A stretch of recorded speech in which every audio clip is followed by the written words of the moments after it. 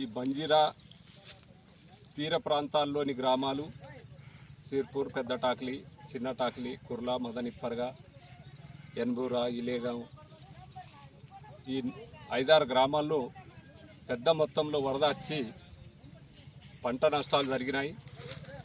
మరియు గ్రామాల్లో కూడా నీరు చేరి కొన్ని ఇండ్లు కూడా కూలిపోవడం జరిగింది. దానిలో భాగంగానే నిన్న మన ప్రియతమ నాయకులు, అభివృద్ధి ప్రదాత, మన శాసనసభ్యులు గౌరవనీయులు శ్రీ తోట లక్ష్మీకాంతరావు గారు ఈ నష్ట నివారణ చర్యలపైన నిన్న సమీక్షా సమావేశం క్యాంప్ ఆఫీస్ జుక్కల్లో జరపబడింది.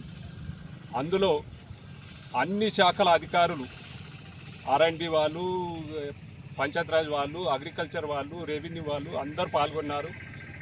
అందులో ప్రత్యేకంగా పంట నష్టపోయిన రైతులకు ఎట్టి పరిస్థితుల్లో జెన్యూన్గా ఎవరైతే నష్టపోయిందో వారికి ఒక్కసారి కాదు 4 సార్లు ఏ సర్వే నెంబర్ కూడా వదలకుండా, ఏ రైతు కూడా మిస్ కాకుండా చూడాలని వ్యవసాయ అధికారులైన ఏడీఏ గారికి, ఏఓ గారికి, ఏఈఓలకు ఆదేశాలు ఇవ్వడం జరిగింది.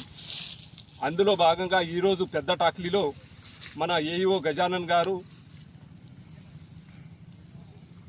పొలాల సమీక్షకు, అంటే ఇక్కడ సోయాబీన్ ఎక్కువ మొత్తంలో నష్టపోయింది, 100% నష్టపోయింది.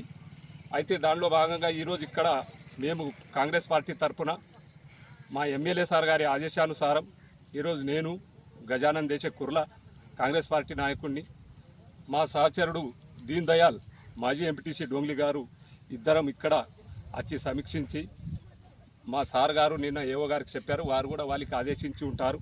మేము కూడా అదే ఆదేశించడం కాదు, సార్ కోరుతున్నాం, మా రైతులు ఎట్టి పరిస్థితుల్లో కూడా ఎవ్వరు కూడా ఒక్క ఎకరం కూడా నష్టపోకుండా, మిస్ కాకుండా చూడండి సార్ అని కోరడం జరిగింది. ఇందులో భాగంగానే ఇక్కడ ఈరోజు పెద్ద టాక్లీ గ్రామంలో గ్రామ శివారులో పర్యటించడం జరుగుతుంది.